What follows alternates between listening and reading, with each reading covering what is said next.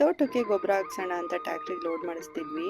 ಅರ್ಧ ಮನೆ ಹತ್ರ ಹಾಕ್ಸಿದ್ರಿಂದ ಒಂದ್ ಲೋಡ್ ಅಷ್ಟೇ ಗೊಬ್ಬರ ಸಿಕ್ಕಿದ್ದು. ಹಸು ಸಾಕೋದ್ರಿಂದ ರೈತರಿಗೆ ಎಷ್ಟೆಲ್ಲ ಯೂಸ್ ಇದೆ ನೋಡಿ. ತ್ರಿಭುವನ್ ಪಾಟ್ನೆ ಚೇರ್ ಮಾಡ್ಕೊಬಿಟ್ಟಿದಾನೆ, ಹೋಗಿ ಬಂದು ಆ ಗಿಡದ ಮೇಲೆ ಕುತ್ಕೊಂತಾನೆ ಯಾವಾಗ್ಲೂನು. ಬೇರೆ ಕಡೆ ಕೂರ್ಸಿದ್ರುನು ಅವ್ನ್ ಕೂರಲ್ಲ. ನಮ್ಮನೇಲಂತೂ ಪಾತಿ ಕೆಲ್ಸ ಸೈಡ್ ಬಿಸ್ನೆಸ್ ತರ ಆಗ್ಬಿಟ್ಟಿದೆ. ಡೇ ಟೈಮ್ ಅಲ್ಲೆಲ್ಲ ಕಾಫಿ ತೋಟದಲ್ಲಿ ಕೆಲಸ ಮಾಡಿ ಉಳ್ದಿರೋ ಟೈಮ್ ಅಲ್ಲಿ ಪಾತಿ ಕೆಲಸ ಮಾಡ್ತಿದ್ದಾರೆ. ಇವತ್ತು ಪಾತಿಗೆ ನೆಟ್ ಬಿಡ್ತಾ ಇದ್ರು. ಬುಟ್ಟಿ ತುಂಬಕ್ಕೆ ಅಂತ ಮಣ್ಣಿಗೆ ಗೊಬ್ಬರನ ಮಿಕ್ಸ್ ಮಾಡೋಣ ಅಂತ ತಂದಾಕಿದ್ರು. ತ್ರಿಭುವನ್ ಅಂತೂ ಅದ್ರಲ್ಲಿ ಫುಲ್ ಆಟ ಆಡ್ತಾ ಇದ್ದ. ಮಕ್ಳು ಮಣ್ಣಲ್ಲಿ ಆಟ ಆಡಿದ್ರೆ ಇಮ್ಯುನಿಟಿ ಪವರ್ ಜಾಸ್ತಿ ಆಗುತ್ತೆ.